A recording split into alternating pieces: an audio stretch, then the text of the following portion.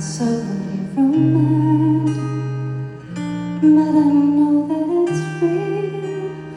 I hope you don't mind if I say what I feel. It's like I'm in somebody else's dream. This could not be happening to me. But you were there. You were everything I'd never seen. You woke me out from this love and endless sleep. I was alone.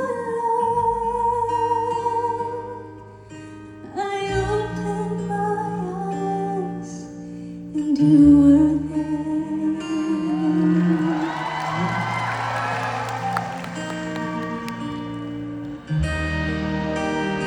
Don't be alone, no, don't be concerned. I don't wanna change things, leave them just as they were. I mean, nothing's really different. It's me who feels strange. I'm always lost for words when someone mentions your name. I know that I'll get over this for sure. I'm not the type of dreams that could be more. But you were there. You were everything I'd never seen. You woke me up from this long and empty sleep. I was alone. I opened my eyes when you were there. Can I take your smile home with me?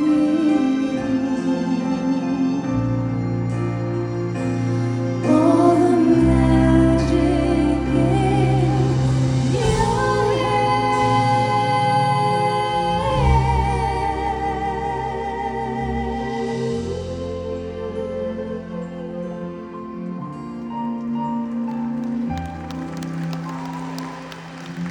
The rain has stopped. The storm has sped. Look at all the colors. Now the sun is here at last. I suppose that you believe, but I want you to know part of you stays with me even after you go. Like an actor plays someone else's scene. This could not be happening to me.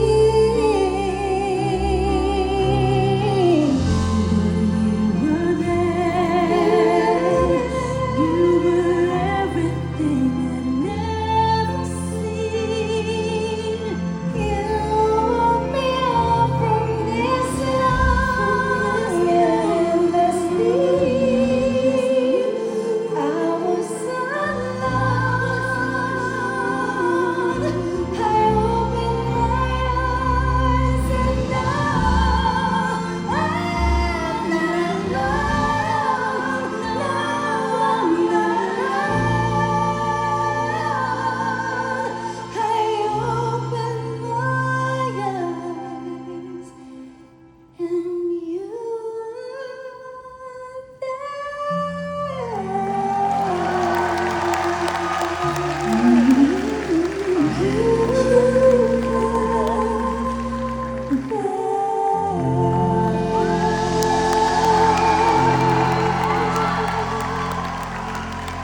Happy marriage. Grabe.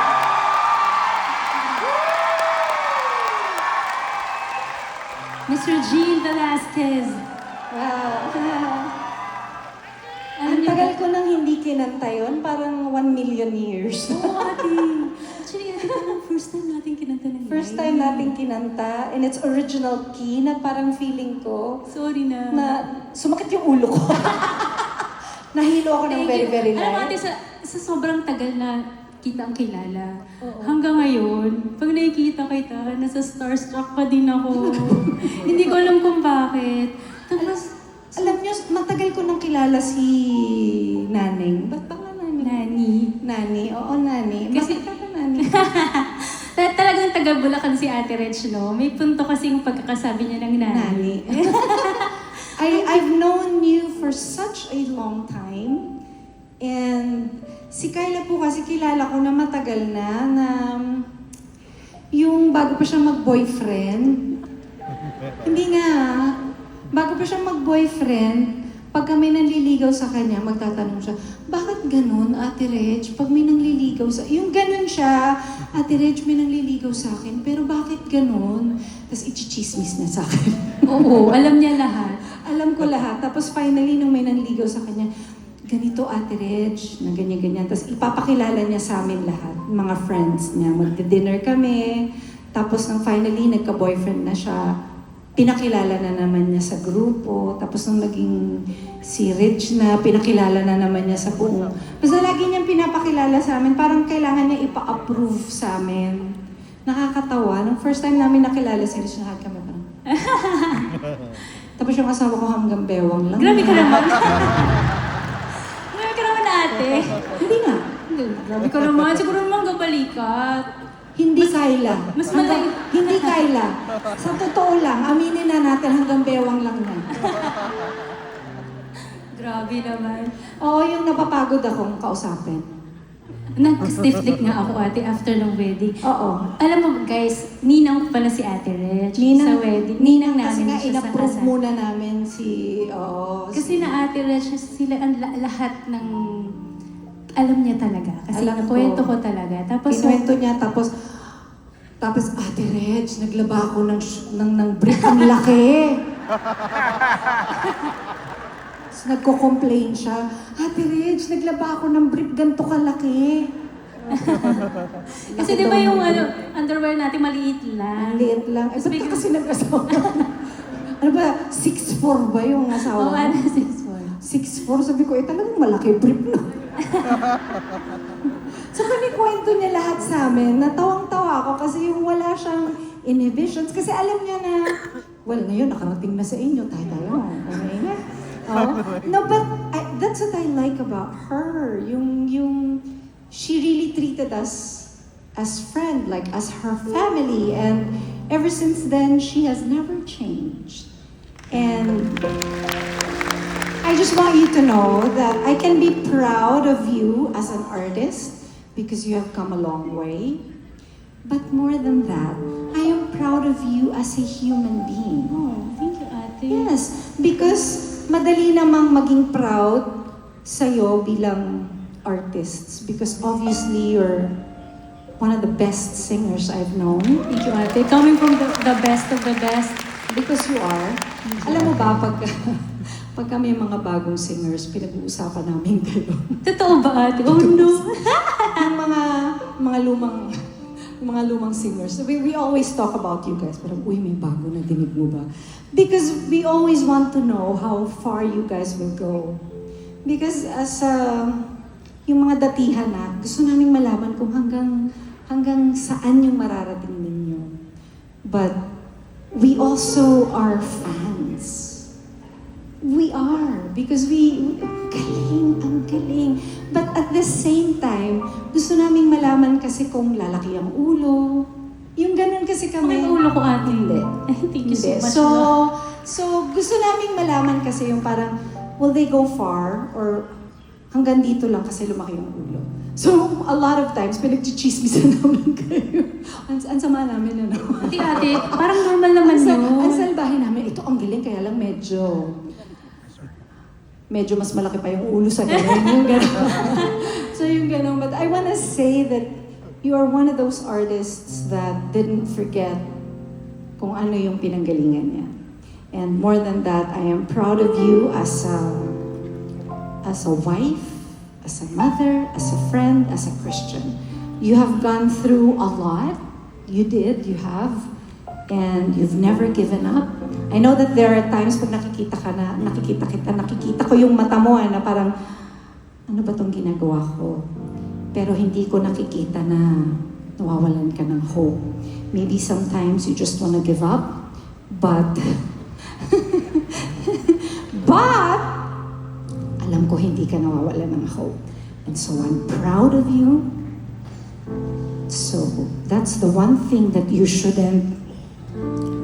never, dapat hindi ka nawawalan hope. Because once you lose hope, then mahirap mawalan ng hope. Okay? Never, ever, ever lose hope, sweetheart. I love you. Congratulations. And I'm so proud of you. Thank you so much. Thank you, Ate Reg. I just want to say thank you again kasi simula nang nag-umpisa ako. May pinagdaanan ba ako? Wala kasi si Kuya Ogie nasa ibang bansa. Namimiss mo na si Ano Kuya. nangyari? Thank you, Ate. Thank you so much. Thank you for your generosity, your kindness. Malaki bayad ko dito. Ate, parang hindi ko afford. Mabayaran ako ni Cynthia. Thank you, Ate. You've been so supportive. Hindi lang sa akin, kundi sa ibang mga artists. And that's also one of the reasons why I look up to you so much. Dahil bukod sa Regine Velasquez na siya, hindi niya, yung support niya for new artists, hindi nawawala. She's always there. She's always there. She's so generous with her talent, her time, and yung love niya for artists like me and like us. Thank you, Ate, for your time, and I love you so much. I love you. This is the only thing I can do to support you guys. Kasi hindi mo na ako pwede mamigay ng pera. Kasi kailangan ko rin yun eh. So, but I'm thinking kasi when I was starting, a lot of artists also supported me. So this is my giving back. And I know that you also do that for other artists. Thank you. I love you so much. I love you, Thank you, Kaya. Ate.